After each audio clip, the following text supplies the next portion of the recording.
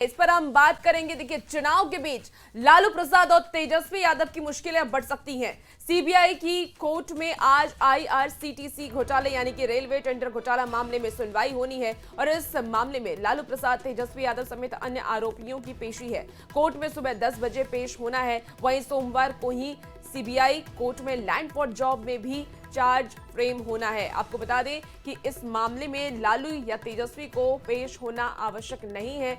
इसके साथ ही Rouse Avenue court में स्थित ईडी की विशेष कोर्ट में लालू प्रसाद यादव और तेजस्वी यादव से जुड़े अमित कत्याल के मामले में एक महत्वपूर्ण सुनवाई तय है और इस मामले में भी हालांकि आरोपियों का कोर्ट में हाजिर होना आवश्यक नहीं है। और देखिए, जनसुराज की दूसरी सूची आज जारी होगी। जनसुराज के 100 उम्मीदवार की दूसरी लिस्ट जारी की जानी है। जनसुराज के संयोजक प्रशांत किशोर ने इसकी जानकारी दी। दूसरी सूची में कई बड़े नाम हो सकते हैं। जनसुराज की पहली लिस्ट में 51 नाम थे और आज दूसरी लिस्ट जो है जनसुराज की तरफ से प्रशांत किशोर जारी कर देंगे। तो 51 लिस्ट में पहला नाम था पहली सूची में और आज माना जा रहा है कि 100 उम्मीदवारों की सूची सामने आएगी। 100 से ज़्यादा लोगों की सूची कल जारी हो जाएगी। उम्मीदवार कैसे होंगे? कल 100 से ज़्यादा लोगों की सूची जारी हो जाएगी। क्राइटेरिया वही रहेगा जो रखा है आपने? जो क्राइटेरिया रखा गया है, जो जनसुराज के अभियान के दौरान बोला गया, जो पार्टी बनाने के लिए कहा गया, जिन साथियों ने जनसुराज के लिए काम किया है, जनसुराज के विचारधारा को घर घर पहुँचाने में कंधा लगाया है, सबसे पहले वरीयता के आधार पर उन्हीं को मौका मिलेगा।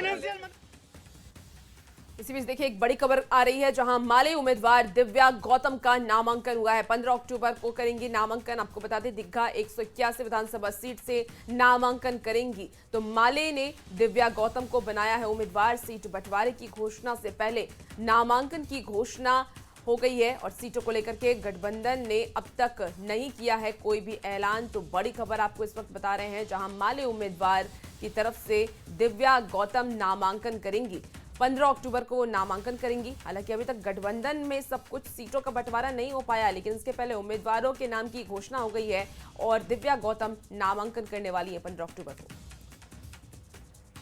और बिल्कुल इस बीच बड़ी खबर, जहां चुनाव मैदान में पूर्व आईपीएस कूद पड़े हैं। खबर है कि शिवदीप लांडे चुनाव लड़ने जा रहे हैं। पूर्व आईपीएस मुंगेर के जमालपुर से चुनाव लड़ेंगे। 16 अक्टूबर को नामांकन करने जा रहे हैं। तो 4 सीट पर हिंद सेना लड़ेगी। तो हिंद सेना के बैनर तले ये चुनाव लड़ने जा रहे हैं। चुनाव मैदान में कूदे हैं और चर्चित अफसर शिवदीप लांडे रहे हैं। अपने कई जो कार्य किए हैं विभाग में रहते हुए, वो काम काफी लोगों के बीच चर्चा का विषय भी बना रहा।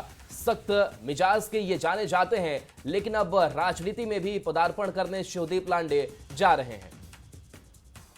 लोगों का प्यार है, आप लोगों का विश्वास है, जिन्होंने शिवदीप लांडे को शिवदीप लांडे की एक पहचान दी, एक वजूद दिया।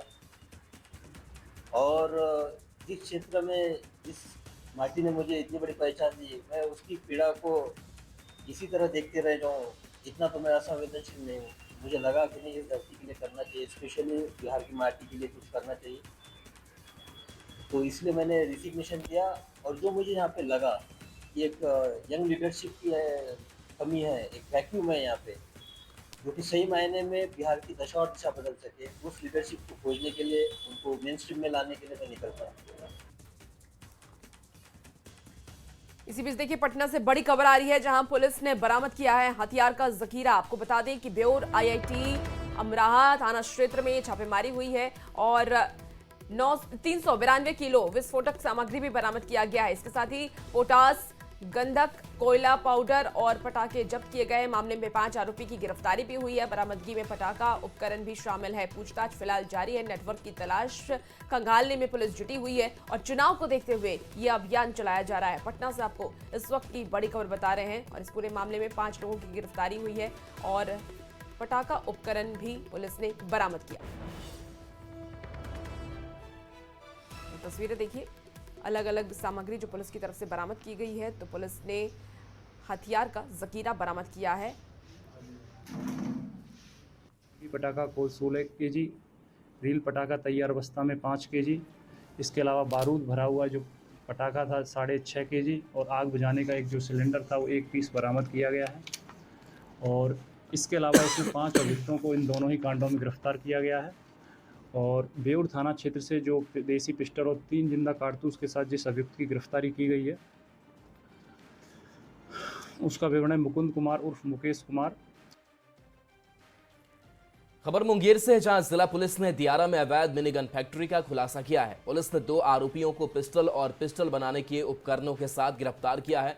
मामले पर एसपी ने बताया कि पुलिस को सूचना मिली थी कि हेमजापुर थाना के अंतर्गत एक व्यक्ति हथियारों की डिलीवरी देने के लिए जा रहा है, जिसके बाद पुलिस एक्शन लेते हुए बस स्टैंड पहुंची तो एक व्यक्ति ने बैग लेकर भागने की कोशिश की, लेकिन पुलिस ने उसे पकड़ा और बैग की तलाशी लेने पर 15 निर्मित पिस्टल मैगजीन बरामद किए गए। आरोपी के बयान के आधार पर फैक्ट्री पर रेड की गई, जिसमें 4 बेस मशीन, एक हैंड बेस मशीन और बड़ी संख्या में हथियार बनाने के उपकरण बरामद किए गए हैं। पास एक व्यक्ति जो संदिग्ध हम लोगों को था, वो हम लोगों ने उसको सर्च किया। सर्च में उसके पास जो झोला था उसमें से करीबन 15 हथियार बरामद हुए जो कि पूरे फिनिश्ड थे और कुछ मैगजीन बरामद हुई। उसको अरेस्ट करके हम लोगों ने जब और पूछताछ स्टार्ट करी तो मालूम पड़ा कि फरदा दियारा में ये हथियार निर्माण कार्य चल रहा है। जहाँ पे हथियार निर्माण हो रहा था वहाँ पे हम लोगों ने उसको रेड किया जगह को, जहाँ से हम लोगों को 4 बेस मशीन बरामद हुई और इसके अतिरिक्त हम लोगों को 8 अर्धनिर्मित हथियार बरामद हुए जो कि अभी फिनिशिंग उसकी चल रही थी। इसके अलावा और अन्य सामान जिससे हथियार निर्माण किया जाता है वो सब बरामद हुआ। इसी बीच देखिए बड़ी खबर दानापुर से भी आ रही है, जहां पुलिस ने ताराचक से अपहरण किए गए मासूम बच्चे को महज 6 घंटे के भीतर सकुशल बरामद कर लिया। पूरे मामले में चौंकाने वाली बात यह सामने आई है कि बच्चे के अपहरण की साजिश खुद उसकी मां ने रची थी और मां ने अपने मायके वालों और अन्य सहयोगियों के साथ मिलकर के बच्चे के पिता से अपहरण के नाम पर 21 लाख रुपए की फिरौती लेने की योजना बनाई, जिसका पुलिस ने खुलासा किया है। पुलिस ने खुलासा करते हुए ये भी बताया 6 घंटे के अंदर पुलिस ने इस पूरे मामले का खुलासा कर दिया और मामले में बच्चे की मां समेत 5 आरोपियों को गिरफ्तार भी कर लिया है। घटना का रिकॉर्ड 6 घंटे के अंतर्गत सफल उद्भेदन टीम द्वारा कर लिया गया है और इसके साथ साथ इसमें जो साजिशकर्ता थे 5 अभियुक्त, पांचों अभियुक्तों की गिरफ्तारी की गई है और इसके अलावा जो बच्चा था उसकी सकुशल बरामदगी एसआईटी टीम द्वारा कर ली गई है। घटना का विवरण इस तरह से है कि जो आवेदक सुनील कुमार हैं, उनके जो बच्चे हैं, उनकी 21 लाख रुपए में फिरौती की जो अपहरण की जो साजिश थी, इसमें पुलिस अनुसंधान में एक दिलचस्प बात सामने आई कि इसकी साजिश बच्चे की मां, मामा और मौसे द्वारा रची गई थी। और इस बीच रांची से बड़ी खबर है, जहां सुजीत सिन्हा गिरोह के साथी का एनकाउंटर किया गया है। अपराधी आफ्ताब को गोली लगी है, 2 अन्य लोग भी पकड़े गए हैं। मोनू राय के घर पर फायरिंग में ये शामिल तीनों थे। पुलिस ने मौके से 3 पिस्टल बरामद किया है। रांची के बलसिरिंग के पास मुठभेड़ हुई, मौके पर एफएसएल की टीम पहुंची, शराब की बोतलें भी बरामद की गई है। तो रांची के ग्रामीण एसपी, सिटी एसपी और एसएसपी भी मौके पर पहुंचे हैं। सुजीत सिन्हा गिरोह का हाल के दिनों में आतंक बढ़ा है। और हमारे साथ ओम प्रकाश फोन लाइन पर है। ओम प्रकाश, एनकाउंटर को लेकर अभी अपडेट क्या? बता दें कि इस एनकाउंटर को लेकर पुलिस को ये गुप्त सूचना मिली थी कि जो तिपुदाना के बालसरिंग का इलाका है वहां पर अपराधियों का जमावड़ा है, जिसके बाद पुलिस की एक टीम जो है वो लगातार इनके गिरफ्तारी को लेकर प्रयास करती रही, लेकिन पुलिस को देखते ही इनकी तरफ से गोलीबारी की गई, जिसके बाद पुलिस ने भी जवाबी कार्रवाई की, जिसमें कि एक जो अपराधी है उसको गोली लगी है, जबकि 2 अन्य अपराधियों को गिरफ्तार किया गया है। मौके से 3 पिस्टल जो है वो भी बरामद हुए हैं, तो कई अन्य सामान भी बरामद हुए हैं, जिसमें कि शराब की बोतलें सहित अन्य सामान जो है वो मौजूद है। बता दें कि पिछले दिनों इन अपराधियों के द्वारा ही डोरंडा इलाके में फायरिंग की वारदात को अंजाम दिया गया था, जिसका पोस्ट जो है वो सोशल मीडिया पर भी अपलोड किया गया था। ये कोयलांचल शांति जो सेना है उसके गुर्गे बताए जाते हैं और उनके द्वारा ही फायरिंग कर इलाके में दहशत मचाई गई थी और उसके बाद पुलिस के द्वारा लगातार इनकी खोजबीन की जा रही थी, जिसके बाद पुलिस को सूचना मिली और फिर अपराधियों के खिलाफ ये कार्रवाई हुई। तो कहा जा सकता है बैक टू बैक ये दूसरा जो है एनकाउंटर बिल्कुल, तो बड़ी कार्रवाई हुई है। ओम प्रकाश, शुक्रिया इस अपडेट के लिए आपका। इसी बीच देखिए खबर अब बिहार से है, भागलपुर से, जहां विधानसभा चुनाव को शांतिपूर्ण संपन्न कराने को लेकर के जिला पुलिस प्रशासन पूरी तरीके से अलर्ट मोड पर नजर आ रही है। अर्धसैनिक बल के साथ स्थानीय पुलिस पूरे जिले में लगातार फ्लैग मार्च कर रही है। सीमावर्ती और संवेदनशील इलाके में पुलिस की विशेष निगरानी है। खासकर पश्चिम बंगाल और बिहार झारखंड बॉर्डर पर पुलिस बल की जो संख्या है वो बढ़ा दी गई है। पुलिस बल की तैनाती लगातार वहां पर है। भागलपुर में प्रवेश करने वाले सभी प्रकार के वाहनों की जांच पड़ताल भी की जा रही है। बिहार विधानसभा चुनाव को लेकर भागलपुर जिला प्रशासन और पुलिस प्रशासन पूरी तरह से अलर्ट मोड में नजर आ रही है। जिले के तमाम जगहों पर अर्धसैनिक बलों के साथ स्थानीय पुलिस लगातार फ्लैग मार्च कर रही है। खास तौर पर जो सीमावर्ती क्षेत्र हैं वहां पर पुलिस की गश्ती बढ़ा दी गई है। पश्चिम बंगाल और झारखंड से सटे बॉर्डर इलाकों में पुलिस के द्वारा सघन वाहन जांच किया जा रहा है और सघन जांच पड़ताल के बाद ही वाहनों को जिले में प्रवेश दिया जा रहा है। खास तौर पर जिले के जो संवेदनशील और अति संवेदनशील इलाके हैं यहाँ पर पुलिस की गश्ती बढ़ाई गई है। ड्रोन के जरिए असामाजिक तत्वों पर पुलिस नज़र रख रही है। खास तौर पर जिस तरह से बिहार विधानसभा का चुनाव होना है और 11 नवंबर को भागलपुर में मतदान होना है, ऐसे में भागलपुर जिला प्रशासन और पुलिस प्रशासन पूरी तरह से मुस्तैद नजर आ रही है। विकास कुमार सिंह, न्यूज़ 18, भागलपुर। झारखंड के 8 जिलों में विशेष तौर पर अलर्ट मोड पर पुलिस है। अवैध ट्रांजैक्शन के साथ साथ अवैध शराब और हथियारों पर भी विशेष नजर रखी जा रही है। बिहार विधानसभा चुनाव को लेकर झारखंड पुलिस मुख्यालय ने सख्त निर्देश जारी किए। बिहार चुनाव इस बार न सिर्फ तमाम दलों के लिए अहम है, बल्कि इसे शांति से संपन्न कराने के लिए प्रशासन के सामने भी बड़ी चुनौती है। इसी को ध्यान में रखते हुए बिहार की सीमा से सटे झारखंड के 8 जिलों में अलर्ट जारी कर दिया गया है, जिसके तहत बॉर्डर के जिलों में सघन जांच अभियान चलाया जा रहा है। अवैध कैश, शराब और हथियार पर निगरानी हो रही है। निर्वाचन आयोग की गाइडलाइंस के अनुसार झारखंड पुलिस अलर्ट है। पलामू, गढ़वा, चतरा और कोडरमा जैसे जिलों में सतर्कता बढ़ाई गई है। बिहार का बॉर्डर में हमारा 10 जिला है, वो बिहार के साथ बॉर्डर शेयर करता है। 8 जिला से बॉर्डर शेयर करता है। इसमें जो इलेक्शन कमीशन ऑफ इंडिया का जो निर्देश अनुसार जो इलेक्शन अनाउंस करने के पश्चात जो कार्रवाई करना है वो सभी कार्रवाई संबंधित जिला को कर रहे हैं।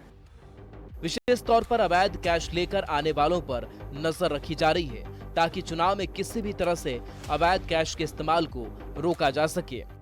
उसमें जो लगातार हमारा जो लिकर हो गया या नारकोटिक्स रिलेटेड ड्रग्स हो गया, कैश का मूवमेंट हो गया, बाकी अन्य सामान का मूवमेंट को भी लगातार निगरानी रखा जाएगा। निर्वाचन आयोग बिहार चुनाव को शांतिपूर्ण और पारदर्शी तरीके से कराने के लिए प्रतिबद्ध है। यही वजह है कि न सिर्फ बिहार बल्कि बिहार के पड़ोसी राज्यों को भी सुरक्षा को लेकर अलर्ट किया गया है। न्यूज़ 18 के लिए रांची से ओम प्रकाश की रिपोर्ट। देखिए, रांची में आदिवासियों का बड़ा आक्रोश देखने को मिला। कुर्मी समाज को आदिवासी सूची में शामिल करने के विरोध में हजारों लोग मोरहाबादी मैदान में जुटे और सरकार के खिलाफ जमकर हंगामा किया। राजधानी में आदिवासियों का जनसैलाब, कुर्मी समाज की मांग के खिलाफ आक्रोश, ढोल नगाड़ों के साथ आदिवासी हुंकार, हजारों की भीड़, गूंजते नारे, पारंपरिक पोशाक में महिला और पुरुष, हाथ में बैनर और पोस्टर, हथियारों के साथ विरोध। कुर्मी समाज को आदिवासी सूची में शामिल करने की आवाज ने आंदोलन का रूप ले लिया है। जी हां, ये भीड़ आदिवासी समाज के आक्रोश को जाहिर करती है। तभी तो रांची के मोरहाबादी मैदान में आदिवासी अस्तित्व बचाओ मोर्चा की ओर से महाजुटान का आयोजन किया गया है, जिसमें आदिवासी समाज के लोग पारंपरिक वेशभूषा और अपने पारंपरिक हथियार के साथ शामिल हुए। महिलाएं और पुरुष ढोल नगाड़ों की थाप पर सरकार के खिलाफ नारेबाजी करते नजर आए। देखिए, साफ तो मैं कहना चाहता हूँ, आदिवासियों को जो अपना हक और अधिकार है उसके बचाने के लिए लोग आए हैं। ये कोई पर्व त्योहार मनाने के लिए नहीं आए हैं। जो हमारा अस्तित्व का सवाल है, हमारे अस्मिता का सवाल है, हमारा अधिकार का सवाल है, उसको बचाने के लिए सड़क पर उतर रहे हैं। तीर धनुष, भाला और फलसा समेत दूसरे परंपरागत हथियारों के साथ प्रदर्शन करते आदिवासी समाज ने साफ तौर पर कहा कि वो अपनी हिस्सेदारी में कुर्मी समाज को बर्दाश्त नहीं करेंगे। आजसू के सुदेश महतो और JLKM के जयराम महतो की ओर से कुर्मी समाज को समर्थन पर आदिवासी अस्तित्व बचाओ मोर्चा ने इसे पॉलिटिकल एजेंडा बताया। हम लोग का परंपरा झंडा है। क्या मैसेज है? मैसेज हम लोग को कुणबी महतो को आगाह कर रहे हैं कि हम लोग भी उन लोग से कम नहीं है। उस सबको हम आगाह कर रहे हैं कि हम लोग भी घर में रहने वाला आदिवासी, हम लोग भी अपना हक अधिकार किसी को हम लोग लेने नहीं देंगे। इस ये तीर का अंदाज देखिए, हम हमेशा जंगल में गुजर बसर करने वाले, हम हमेशा जानवरों को शिकार करके गुजर बसर करने वाले आदिवासी हैं। अगर हमारे अंदर जो घुसने की कोशिश करेगा उसे हम तैयार है उससे लड़ने के लिए। गौरतलब है कि हाल ही में कुर्मी समाज ने रेल रोको आंदोलन कर खुद को आदिवासी सूची में शामिल कराने की मांग उठाई थी, जिसके खिलाफ अब आदिवासी संगठनों ने मोर्चा खोल दिया है। तो जमशेदपुर की सड़कों पर दिखा आदिवासियों का जबरदस्त जोश और अपनी पहचान बचाने का संकल्प। अब देखने वाली बात ये होगी कि सरकार इस उग्र तेवर को कैसे संभालती है, क्योंकि आग अगर पहचान की हो तो वो जल्दी ठंडी नहीं होती। न्यूज़ 18 के लिए रांची से संजय सिन्हा की रिपोर्ट। चाईबासा के घने सारंडा जंगल में माओवादियों के बिछाए गए आईडी विस्फोटक न केवल सुरक्षा बलों के लिए बल्कि वन्य जीवों के लिए भी घातक साबित हो रहे हैं। आईडी ब्लास्ट की चपेट में आए तीसरे हाथी की भी इलाज के दौरान मौत हो गई। यह रिपोर्ट आपको दिखाते हैं। सारंडा में आईईडी विस्फोट से संकट में हाथी।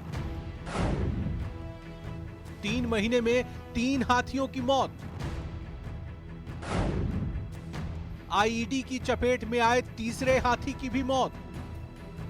वन्य जीव अभयारण्य बनाने की दिशा में बढ़ रहा सारंडा जंगल हाथियों और अन्य वन्य जीवों का सुरक्षित आशियाना माना जाता है, लेकिन जंगल में माओवादियों के लगाए गए आईईडी हाथियों के लिए जानलेवा साबित हो रहे हैं।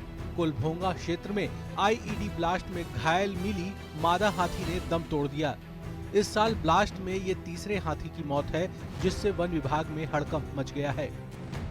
जानकारी के मुताबिक 1 सप्ताह पहले सारंडा के कोलभोंगा इलाके में हुए आईईडी विस्फोट में ये मादा हाथी गंभीर रूप से घायल हो गई थी। विस्फोट में उसके पिछले पैर में गहरा जख्म हो गया था, जिसके बाद वो चलने फिरने में असमर्थ हो गई थी। वन विभाग की टीम ने मौके पर पशु चिकित्सकों के सहयोग से उसका उपचार शुरू किया था। कई दिनों तक लगातार देखभाल के बावजूद उसकी मौत हो गई। पोस्टमार्टम करने पे यही लग रहा है, जैसा उसका जो लीजन वगैरह को देखते हुए, कि हाइपोवॉलेमिक शॉक था, ब्लड लॉस बहुत काफ़ी हो चुका था और सेप्टिसीमिया भी बहुत ज़्यादा था, जिसके कारण वो सकम करी। इससे पहले भी सारंडा क्षेत्र में 2 और हाथियों की मौत आईईडी विस्फोट के कारण हो चुकी है। लगातार हो रही इन घटनाओं से वन विभाग भी चिंतित है। विभाग अब उस इलाके में विशेष निगरानी और तलाशी अभियान चलाने की योजना बना रहा है, ताकि अन्य जानवर ऐसे हादसों का शिकार न हो। वहीं ग्रामीणों ने सरकार से क्षेत्र में सुरक्षा बलों की गश्ती बढ़ाने की मांग की है। न्यूज़ 18 के लिए चाईबासा से रुपेश प्रधान की रिपोर्ट। सीआरपीएफ के झारखंड सेक्टर के आईजी साकेत कुमार सिंह और झारखंड जागवार के आईजी अनूप ने सारंडा क्षेत्र का दौरा किया। पुलिस और सुरक्षा बलों के कैंपों का दौरा कर एंटी नक्सल ऑपरेशन का समीक्षा किया गया और जवानों का हौसला भी बढ़ाया गया। 11 अक्टूबर को हुए नक्सलियों के आईईडी विस्फोट की घटना में सीआरपीएफ के एक हेड कांस्टेबल की मौत और 2 अधिकारी घायल हो गए थे। वहीं नक्सलियों ने बीती रात को जड़ाईकेला थाना क्षेत्र के कोलबोंगा गांव में एक एयरटेल मोबाइल टावर को फूंक दिया और इन दोनों घटनाओं के बाद सीआरपीएफ और पुलिस ने दोनों वरीय अधिकारियों का यह सारंडा दौरा नक्सलियों के खिलाफ चलाए जा रहे ऑपरेशन का अहम रणनीति हिस्सा माना जा रहा है।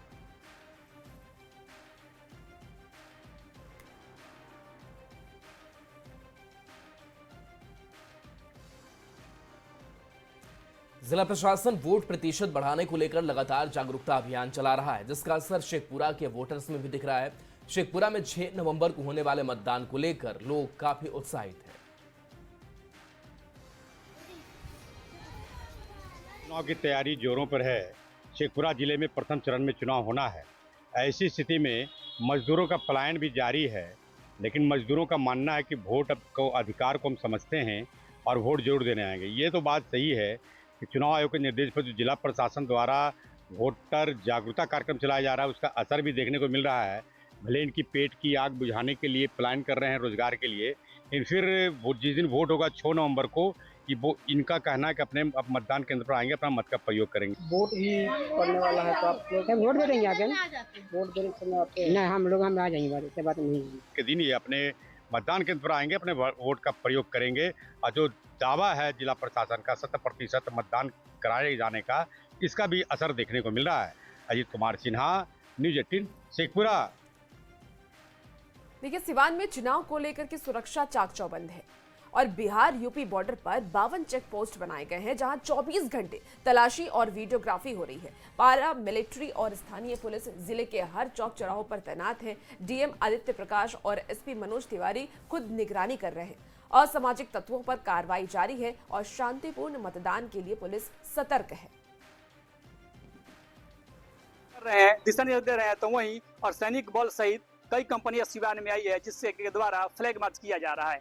चूंकि सिवान बिहार यूपी का बॉर्डर है, लिहाजा बॉर्डर इलाकों में सुरक्षा सख्त कर दी गई है। चारों तरफ चेकिंग की गई है और की जा रही लगातार। Bus stand, hotel, railway station सभी पे चेकिंग चल रही है और जो भी असामाजिक तत्व हैं उनके विरुद्ध छापेमारी भी की जा रही है और हम लोग पूरी तरह से सतर्क हैं। बॉर्डरिंग इलाके में भी हम लोग चेकिंग करा रहे हैं। लगातार दिन रात वहाँ पे चेकिंग चल रही है और सभी गतिविधि पे हम लोग नजर रखते हैं। अगर बॉर्डर इलाके में बात की जाए तो 52 जगह चेक पोस्ट बना है, जहां पे अर्धसैनिक बल सहित स्थानीय पुलिस बल तैनात है, जहां हर एक्टिविटी पर नजर रख रही है। वहीं यूपी की तरफ से जो भी वाहन बिहार में प्रवेश कर रहा है, सघन वाहन जांच की जा रही है। पूछा जा रहा है कि आप कहां जा रहे हैं, तो वहीं संदिग्ध व्यक्ति पर लगातार जिला प्रशासन की नजर है। सिवान में चुनाव शांतिपूर्ण और निष्पक्ष तरीके से कराई जा सके, जिसको लेकर जिला प्रशासन एक्शन मोड में दिख रहा है। मृत्युंजय सिंह, न्यूज़ 18 सिवान।